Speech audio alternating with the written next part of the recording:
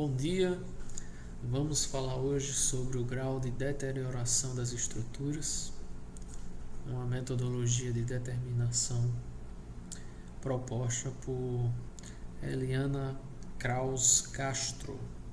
Ao final do documento teremos uma referência do trabalho dela original. Vamos dar primeiro uma contextualização. O homem, ao longo de sua história, produziu belíssimas estruturas em engenharia. E essas estruturas trouxeram para nós muito orgulho e deram uma sensação não tão errada de solidez, de robustez e, de certa forma, de uma vitória da humanidade perante algumas leis físicas.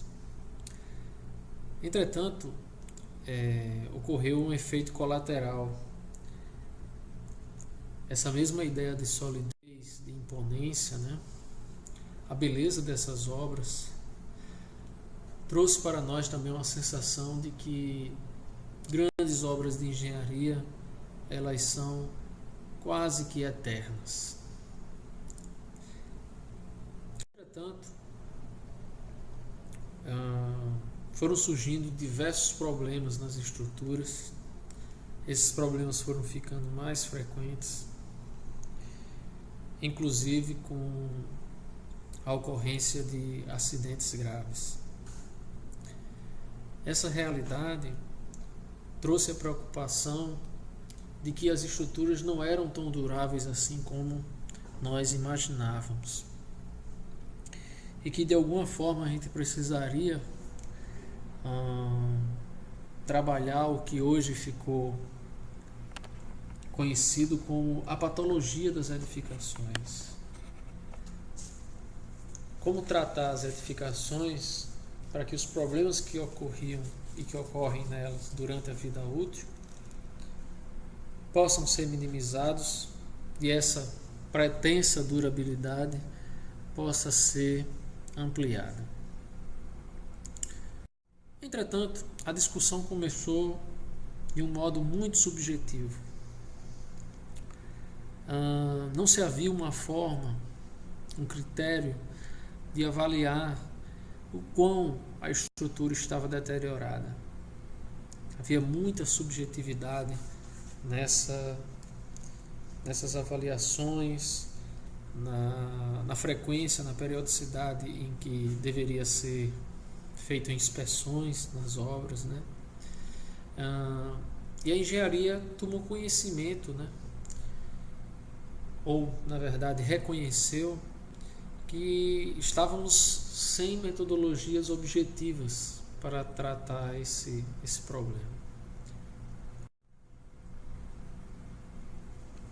Na última década do século passado,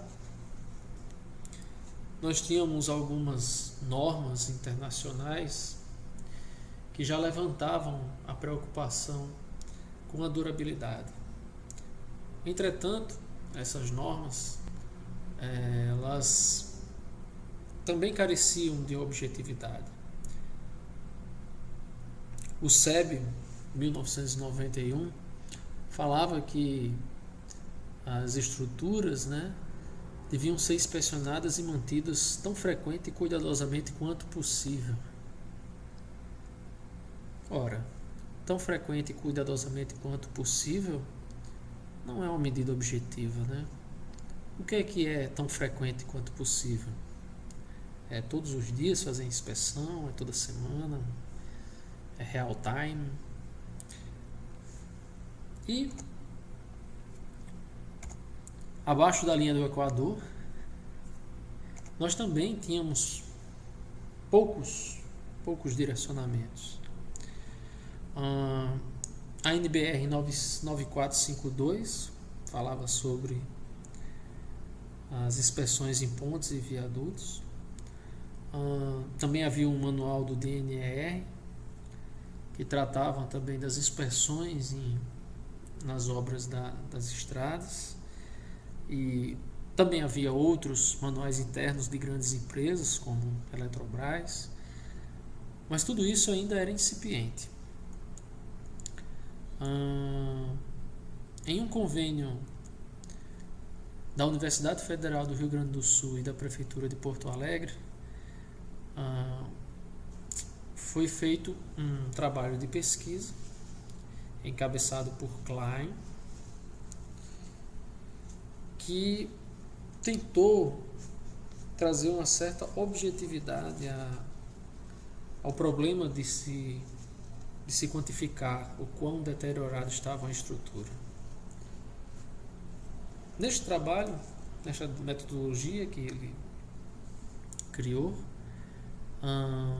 já havia elementos importantes que foram depois absorvidos por outras metodologias, tais como você dividir a estrutura em famílias de elementos, você definir periodicidades nas visitas de inspeção da estrutura, atribuir graus de deterioração para esses elementos, e a partir do grau de deterioração desses elementos, você definir um grau de deterioração da estrutura como um todo. Essa sequência está mostrada em nossa lâmina, e a partir dessa metodologia de Klein, a pesquisadora Eliana Kraus, ela desenvolveu uma metodologia que ficou conhecida como GDE/UNB, que visou dar mais objetividade à determinação de um grau de deterioração de uma estrutura. A equação que iremos trabalhar para determinar esse grau, ela envolve diversos parâmetros, e nós iremos passo a passo aqui desenvolver esses parâmetros e compreender como podemos obter esse grau. O primeiro passo importante é a gente entender que numa estrutura nós iremos dividi-la em famílias. Toda estrutura será dividida em partes, e essas partes estão agrupadas em famílias. O trabalho original de Eliana, referenciado aí como Castro, 1994, trabalhou com essas famílias listadas: pilares, vigas, lajes, cortinas, entre outras. Posteriormente, outros trabalhos trabalharam com outros grupos de família, e o que demonstra que está havendo um processo de ajuste para chegar no modelo ideal. Entre os trabalhos eu cito Fonseca 2007 e Silva 2008, que estarão referenciados ao final dessa apresentação. Criei aqui um fluxograma para tentar nos guiar na determinação do grau da estrutura. Após a divisão das famílias, nós vamos determinar um fator de ponderação do dano e um fator de intensidade do dano, respectivamente FP, F, índice I. Esses dois fatores, eles são tabelados e eles servem para a gente definir o grau do dano. Estamos definindo números para cada elemento da estrutura.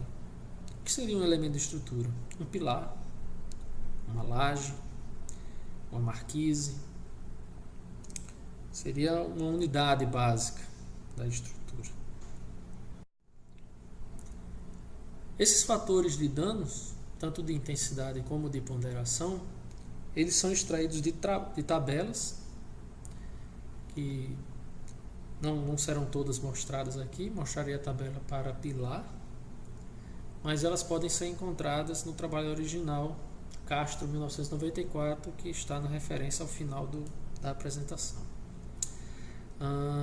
Então, na inspeção que é feita à estrutura, o engenheiro ele irá identificar qual o dano aquele elemento tem e qual a intensidade desse dano, capturando esses números numa planilha, né, para se calcular o dano daquele elemento.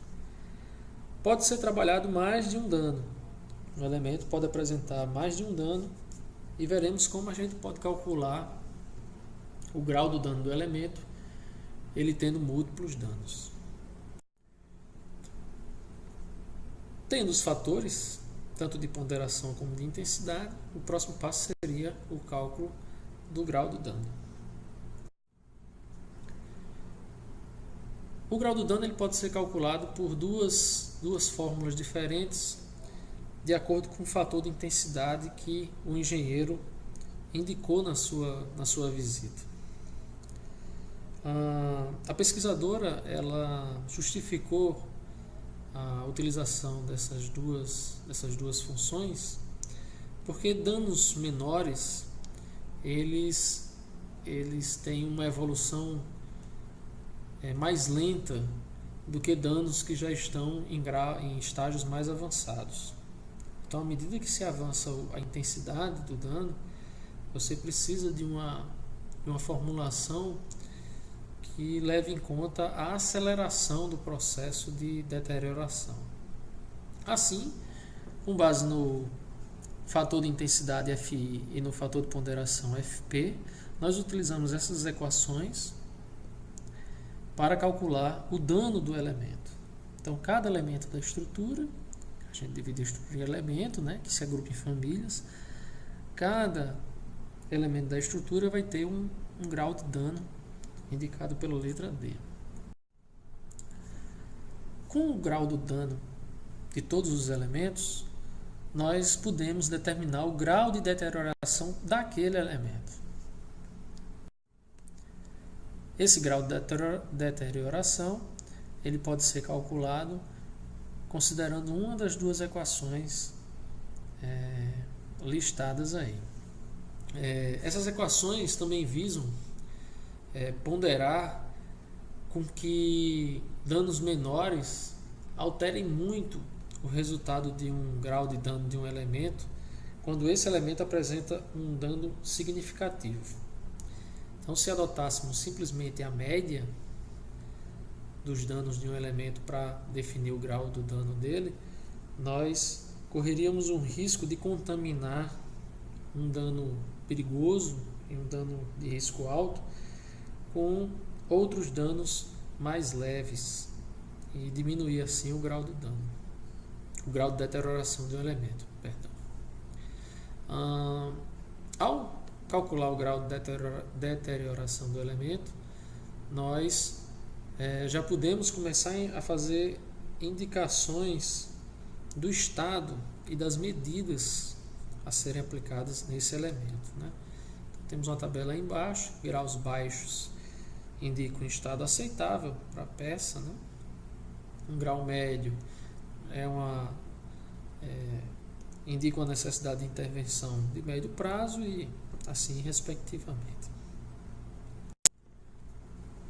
Tendo o grau de deterioração dos elementos de toda a estrutura, nós podemos calcular o grau de deterioração da família daqueles elementos, que são aquelas famílias que foram divididas e que a gente viu anteriormente, que são os pilares, são as lajes, as vigas, né?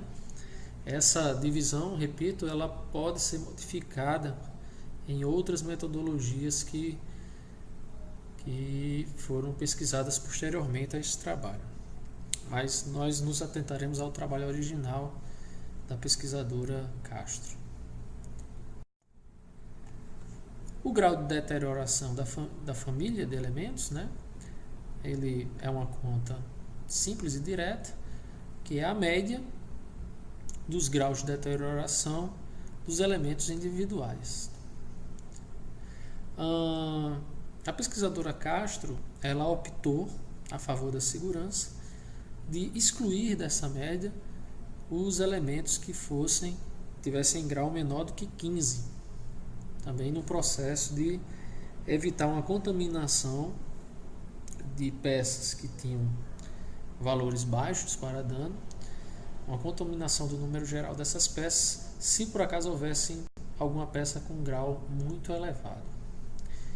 Isso é uma ponderação do método dela, e isso pode ser alvo de trabalho de pesquisas, a saber qual é esse melhor número.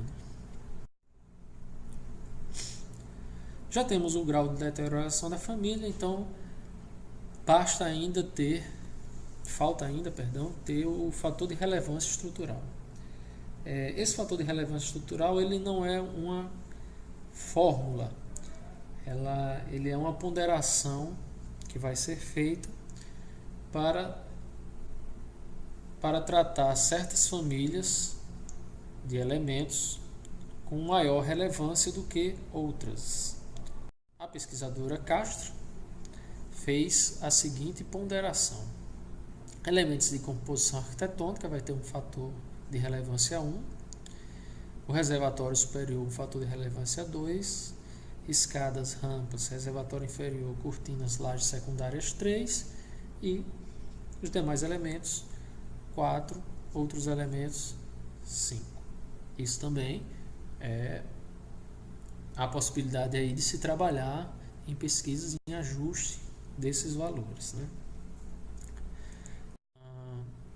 Com o grau de deterioração da família, calculado para todas as famílias que a estrutura apresenta, e com o fator de relevância estrutural, nós podemos agora passar a calcular o grau de deterioração da estrutura como um todo. Repetimos a fórmula que a gente já mostrou no início. O grau de deterioração da estrutura vai ser uma média ponderada entre o grau de deterioração de cada família e o fator de relevância que a gente viu na tabela. Com base nesse número, apontamos medidas que devem ser tomadas no que tange à inspeção e à intervenção.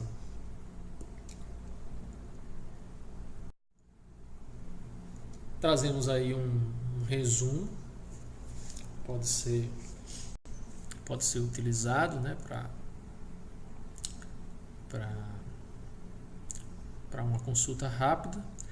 Eu queria apenas registrar que no grau de deterioração do elemento, em vez de ser M, é M-1. Nós pegamos o dano máximo e somamos a média dos demais danos, excluído esse dano máximo. Então é variando de 1 até M-1, dividido por M-1. Essa correção tem que ser feita aí, quando vocês forem usar esse fluxograma. Os itens que são tabelados está escrito aí, e as tabelas devem ser consultadas no trabalho original da pesquisadora Castro. Após o trabalho dela, que foi em 1994, e que abordou o edifício do Departamento de Engenharia da UNB, ela aplicou a metodologia lá. Ela também aplicou a metodologia para uma residência, não está aí listado. Diversos autores passaram a trabalhar em cima dessa metodologia, tanto para aplicá-la, como para fazerem propostas de modificações visando ajustes naquelas ponderações que citamos. Então, coloquei aí alguns artigos, coloquei algumas referências aí, né, e citei